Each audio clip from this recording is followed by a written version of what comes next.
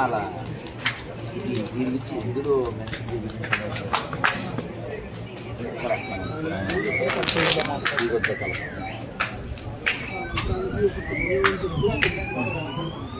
అంతా కూడా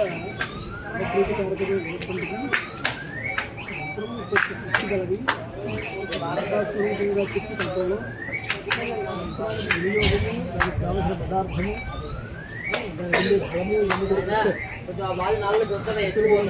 క్షేత్రం కాబట్టి ఆ రుద్రంలో చెప్పబడినటువంటి విషయాన్ని తీసుకుని ఆ కల్పంలో చెప్పినటువంటి ద్రవ్యం ఏదైతే ఉందో అది తీసుకుని ఎంతమంది కూర్చుంటే లక్ష అవుతుందో అలా తీసుకుని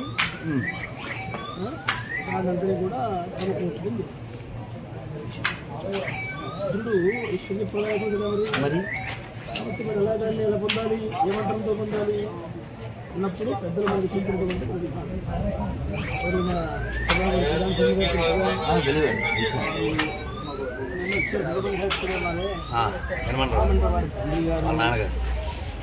ఉన్నటువంటి వ్యవహారంలో పెద్దలు జగద్గురువులు పెద్దలు చెప్పినటువంటి వ్యవహారంలో ఈ విషయమంతా కూడా వారికి నివేదించి ఆ చెప్పినటువంటి విధానాన్ని స్వీకరించి ఇక్కడ ఈ క్షేత్రంలో ఇలాంటి అందమైనటువంటి గొప్ప వ్యవహారంలో ఇలా స్థిమితంగా కూర్చునేటువంటి ఒక స్థానం ఇచ్చారు.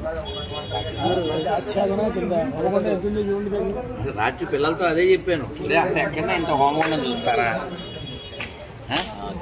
కూర్చి మరి దానికి తగినటువంటి ఏర్పాట్లు చేసి వాళ్ళందరినీ పిలిచి ఒకరాళ్ళందరూ వీళ్ళు ఎక్కడెక్కడి నుంచి వచ్చుకోండి పిల్లలు కూర్చుని పెద్దవాళ్ళు పెద్దవాళ్ళు కూడా ఉన్నారు. అలాంటి వాళ్ళందరినీ కూర్చోబెట్టి ఆ మంత్రం ఒక గొప్పది చాలా మంత్రాంగ దైవతారంటే చూడే మరి ఆ చూడు ఎలా ఉంటాడో కూడా చెప్పింది కల్పంలో అలా ఉండడం ప్రతి మంత్రానికి ఒకలా ఉండడం ఒక మంత్రం ఒకలా ఉండడం రూపం ఆయుధాలు ఎలా ఉంటాడు అది కూడా ఉండే కల్పన ఆ కల్పంలో ఈశ్వరుడు ఎవరికంటే కేవలం ఈ భక్తులకి కాదు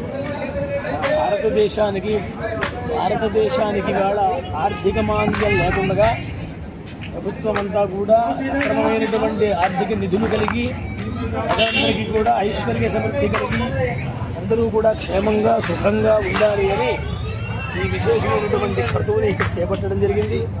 దాంట్లో భాగంగా ఇక్కడ ఈ పవిత్రమైనటువంటి క్షేత్రంలో కాశీ క్షేత్రంలో కొంతమంది మహనీయులు ఇంకా ఇతర కార్యక్రమాలు చాలా ఉన్నాయి.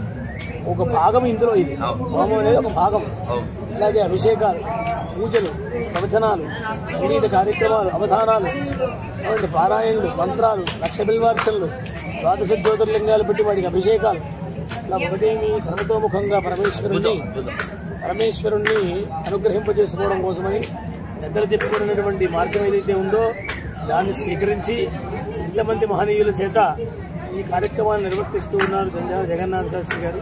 ఇది పరాశర వైదిక స్వార్థాగమ పరిషత్ దాని ద్వారా వేద పాఠశాల పెట్టడం, అలాగనే విశేషమైనటువంటి ఎన్నో క్రతువులు చేయడం, అలాగనే ప్రతి సంవత్సరం కూడా వేద సభలు చేయడం, ఇట్లా మొత్తం అంతా కూడా వేదోక్తమైనటువంటి విషయం అన్నమాట. కాబట్టి ఇది ఈశ్వరానుగ్రహం లోక కళ్యాణకారకము అని చెప్పి ఉన్నారు.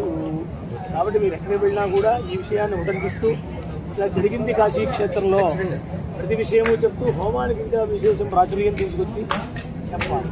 దానివల్ల మరొకరన్నా చేసి మరింత సౌభాగ్యాన్ని దేశానికి ప్రజలకి అందిస్తారని భావిస్తాం. పార్వతీపతయే ఒక్క ఆఖరి ప్రశ్న, ఇలా మన ప్రాంతంలో తెలుగు ప్రాంతంలో ఎవరైనా ఇంత పూర్వం చేస్తున్నారు అక్షస్థాయిలో చేయలేదు లేదు కదా, అక్షస్థాయిలో చేయలేదు. 10,000 సహస్ర శ్రీఫల హోమం చేసాం అనేక చోట్ల, ఆలయాల్లో చేశారు, అలాగే కొన్ని కమిటీలు చేసినాయి, పెద్దలు చేశారు, కొంతమంది యజమానులు చేశారు. అందుచేత ఇది చాలా గొప్పదనమాట. అందుచేత దీన్ని మనం ఎప్పుడు కూడా చాలా విశేషంగా భావించాలి. దాంట్లో ఈశ్వరుణ్ణి చూడాలి. ఆ చూసిన నాడే దానికి పవిత్రమైనటువంటి ఇది కలుగుతుందన్నమాట. అది విషయం. ఇంకా చెప్పండి. మరి ఇంకొక ప్రశ్న మేము అడగమంటే అడుగుతా.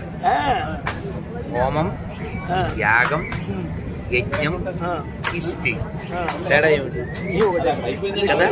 అన్నిటికీ అగ్నిహోత్రంతో సంబంధం కదా. అన్నిటికీ అగ్నిహోత్రంతో సంబంధం ఉంది.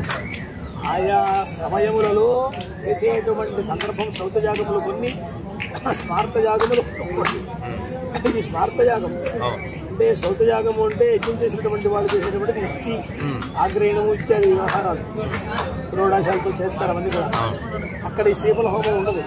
స్మార్తం దగ్గరికి వచ్చేటప్పటికి ఇట్లాగా అనేకమైనటువంటి కామ్యకర్తువులుగా చెప్పి లోకంలో ఉండే అవసరాన్ని బట్టి ప్రాంతాన్ని బట్టి పండితులు చేయవలసినటువంటి పనులు సంకల్పాన్ని బట్టి ఆయా క్రతువులు జరుగుతూ ఉంటాయి.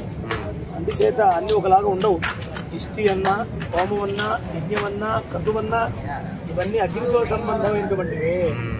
అగ్ని ఉండాలి, ఇట్లాంటి హోమకుండం ఉండాలి, ఇట్లాంటి యజ్ఞపాత్రలు ఉండాలి, లక్ష లక్ష అద్భుతమైనటువంటి శ్రీఫలాలు ఇవన్నీ కూడా ఇవ్వండి. ఇవన్నీ కూడా మరి హోమం చేసిన తర్వాత పరమేశ్వరుడు ఊరుకుంటాడా? లక్ష్మీదేవికి చెప్తాడు. ఎందుకంటే లక్ష్మీదేవి శ్రీఫలమునందు ఉంటుందని, శ్రీ వృక్షమునందు ఉంటుందని, శ్రీ దళమునందు ఉంటుందని చెప్పారు. కాబట్టి లక్ష్మీప్రియమైనటువంటివి, బిల్వ సంబంధమైనటువంటివి. బిల్వగంధానులేపనాయ నమః ఈశ్వరులకు నామం కూడా ఉంది. బిల్వగంధం అంటే చాలా ఇష్టం. బిల్వం యొక్క కాష్టం తీసుకొని ఎండబెట్టి దాన్ని అరగదీసి గంధంలాగే చేసేటువంటి వాళ్ళు కూడా ఉన్నారు. అందుచేత బిల్వ బీజములు ఏమండి, బిల్వ పుష్పములు, బిల్వ దళములతో పాటుగా ఏమంటే అట్లాగనే బిల్వంతో చేసినటువంటి పూసలు, మణులు, బిల్వమణులు అవి కూడా ఈశ్వరుడు ధరిస్తాడు అని. ఏమైనా కూడా అవన్నీ ఐశ్వర్యప్రదమే. ఐశ్వర్యం అంటే కేవలం కరెన్సీ మాత్రమే కాదు, ఎవరికి ఏమి అవసరమో అవన్నీ అనుగ్రహించేటువంటి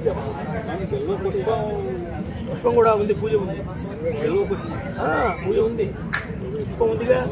పుష్పం చూడకూడదు అంటే పుష్పం ఏంటి ఫలం ఎలా వచ్చింది అంటే బ్రహ్మాండంగా ఉంది, పుష్పాలు ఉన్నాయి. మనము ఏది ఫేమస్ అవుతుందో అదే మనకు పట్టుకుంటారు కదా. సినిమాల్లో కూడా అదే చూపిస్తారు. అంతవరకే ఎగిపోతాం మనం. అలా కాదు, ఇలా వివరం. మారేడు అంటే మారేడు ఏంటంటే దేవుడు. మారేడు నీవని, దేవుడు నీవని మారేడు దళములు ఏరేరు తెచ్చాను నీ పూజ.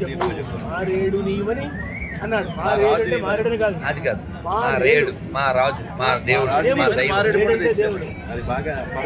మారేడు నీవని మారేడు దళములతో పూజ. కానీ బిల్వానికి ఇక్కడే కాక తిరుమలలో కూడా స్వామిని, తిరుమలలో స్వామి ఎవరు? ఈశ్వరుడే కదా, వెంకటేశ్వరుడు. అందులో లక్ష్మీ అమ్మవారు ఉన్నారు. అమ్మవారికి కూడా ఇష్టం కదా. మరి శ్రీదళము సర్వదేవతలకి ఇష్టం అండి.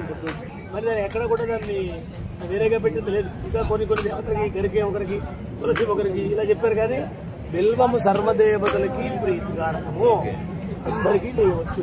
అలాగే తులసి బిల్వము ఎండిన తర్వాత కూడా, ఎండిన తర్వాత అంటే దానికి తప్పనప్పుడు మంచిగా ఉండగా చేయడమే ధర్మం. కోమలై శుభై, కోమలంగా ఉండాలి, లేతగా ఉండాలి, త్రిదళం ముందుగా ఉండాలి, అది ఎండిపోకుండా ఉండాలి. ఎండిపోతే అత్యవసరంగా ఉంటే చేయవచ్చేమో కానీ కావాలని చేయకూడదు. వీలైనంతలో చిన్నగా ఉన్నప్పుడే చక్కగా చేయడం కోమలై అంతే. బిల్వము చాలా గొప్ప చరిత్ర. అయ్యా మొదలదా నమ పార్వతీపదే హర హర మహాదేవ.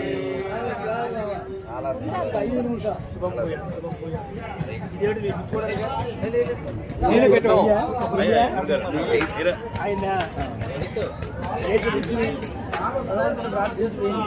సినిమాకి